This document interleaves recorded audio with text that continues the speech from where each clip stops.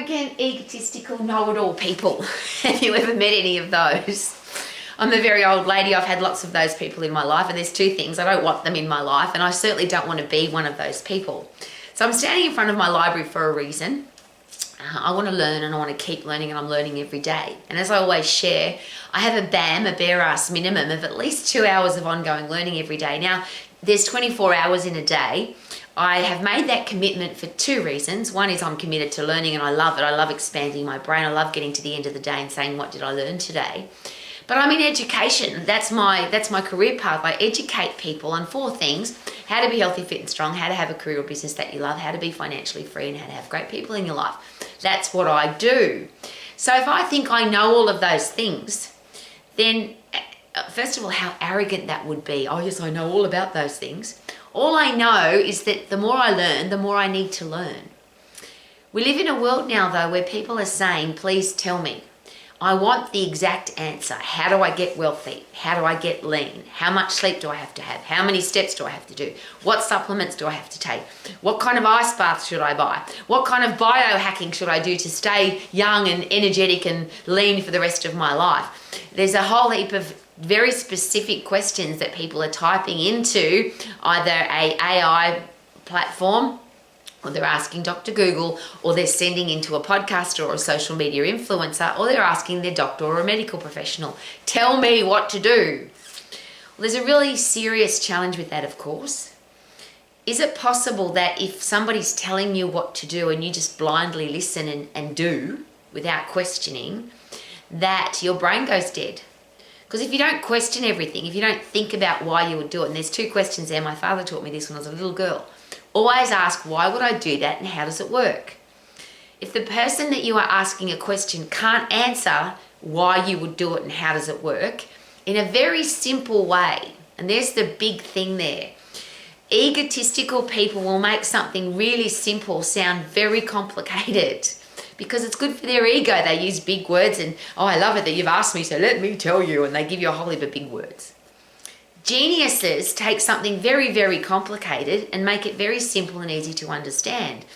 And it's been suggested in the communication world, if you want to be a superb communicator, you want to be able to talk to a 5, 6, 7-year-old at the oldest, and they can completely understand what you're saying. And even better, if a 5, 6, 7-year-old can take the information that you gave them and share it with their 5, 6, 7-year-old friend, because the best way to learn, of course, is to pass the information on.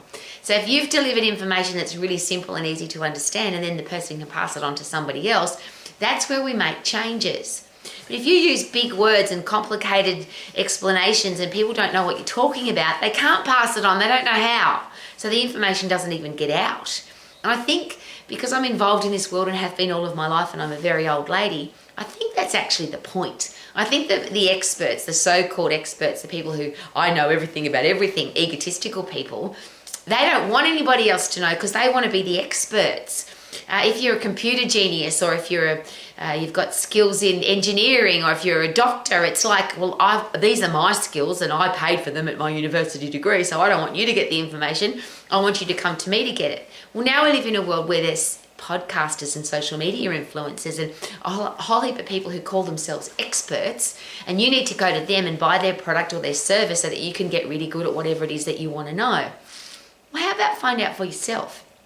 The human body's a classic. You don't need an expert, you don't need a social media influencer, you don't need a podcaster to tell you how to get healthy, fit and strong. Just ask some common sense questions. Should I be inside or outside? Should I get sunshine or should I be inside with artificial air? Should I breathe air conditioned air or should I be outside in the fresh air? Should I have very erratic, not deep sleep and be stressed all the time so I can't sleep? Or would it be really good for me to sleep deeply and wake up refreshed? Should I be hydrated or dehydrated? Should I eat real food or should I eat chemically enhanced food that I can't even read the label because I can't understand the words written on the label? See, if we start with those fundamentals, then you don't need an expert for any of those, which is what the experts don't like, because the experts want you to use their product or service. But if you are, I'm going to put this is so simple for me and I just love it, and I've been doing this all of my life.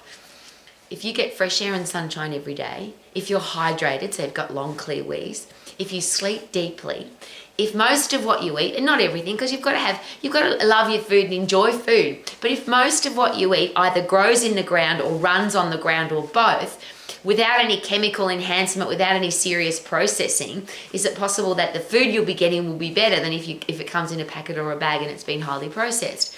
If you are really fit, so you've got a low resting heart rate and you recover quickly from going to a high heart rate, so there's a sign of fitness. And if you're really strong so that you can lift heavy things, you can go for long periods of time without getting tired, you can stand up for a long time without getting tired, because most people get tired from standing because they sit on their backside all the time. Sit, sit, sit, sit, sit, and I'll share it openly. I think that's why the world is so sick,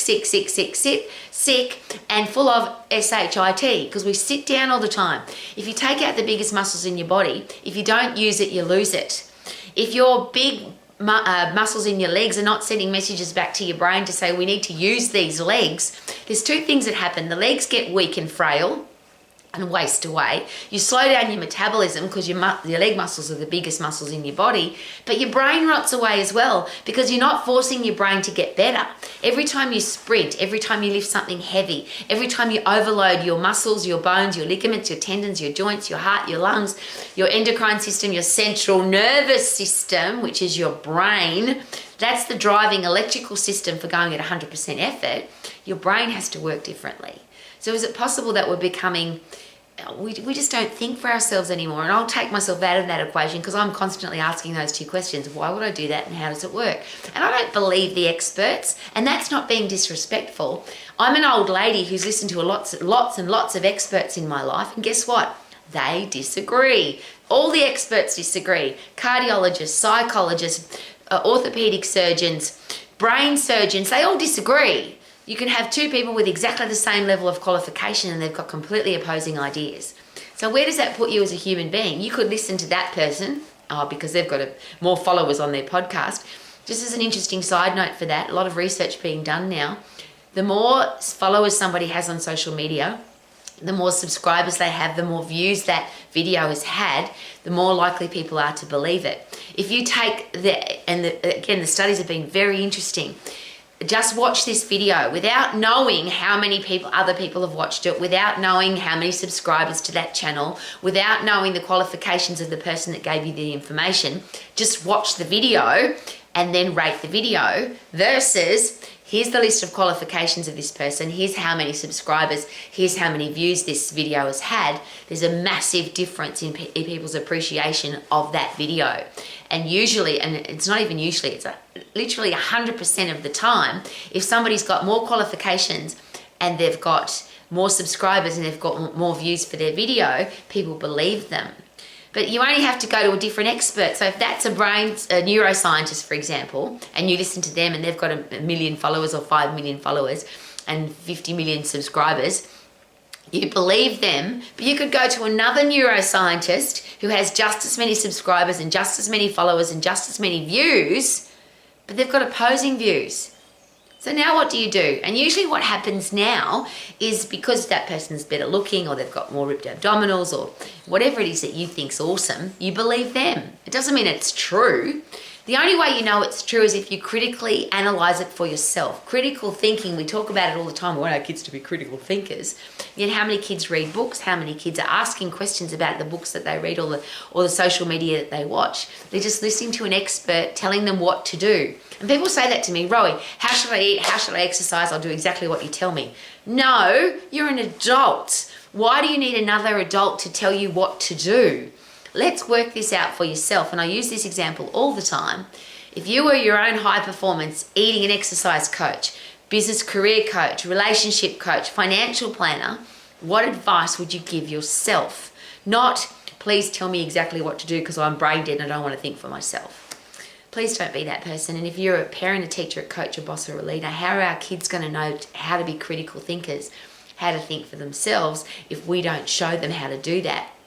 So whether you're watching a social media podcast or you're watching the news, or God forbid, why would you watch the news because it's so full of negativity? But rather than just believe it, we have a joke here in the South Island of New Zealand because the weather reporters are very adamant about what the weather's going to be tomorrow. But the farmers in this part of the world don't believe the weather reporters. They just say, well, I know what the weather's going to be when I look out the window in the morning. And there's two words they call the weather reporters: guessers and liars. Because they sound like they really know what they're talking about, but it's very, very rare that what the weather reporter says is going to happen actually happens. And is it possible, because they're experts, aren't they? They're meteorologists. Isn't that possible with every area of expertise? It doesn't matter what somebody tells you, there'll be another expert that disagrees with them. So we have to work it out for ourselves. As an exercise professional, I've had to work it out for myself because every expert disagrees. So here's what's really simple there though. Learn your human body. Learn how the anatomy and physiology of the human body works. Those two sciences aren't disagreed upon. The application of those are disagreed upon. So the way you should exercise and how often you should eat and what you should eat and what kind of exercise you should do and all that stuff, they argue about that stuff. But you can't argue that there's an endocrine system and a central nervous system and a digestive system, an immune system, skeletal muscular system, and they all work together to make sure that you're a healthy, fit, strong human being. The question is, how do they work together? And rather than believe an expert, how about learn that for yourself? Then if you have to, God forbid, end up in the office of an expert, you can go fully armed with great questions and you'll know pretty quickly that this person doesn't know what they're talking about because you ask them a question, they can't answer the question, or they use big words and make it too hard to understand. So keep it simple. And that's a beautiful theory that I've learnt. Well, I learned a very long time ago and I'd add it into my life every single day, the KISS principle. Keep it simple and short. If you want people to understand what you're talking about, keep it simple, keep it short, and make sure that it's easy to understand for a 5, 6, 7-year-old so they can pass it on to a 5, 6, 7-year-old. Because if we want people to learn and grow and get better and fitter and stronger and healthier and love their life, that they have to be able to teach that to other people. And if we make it too complicated, then how the hell can they do that? So if you want to live your life to the max, KISS, KISS, KISS, KISS. Keep it simple and short. Yeah. Keep it.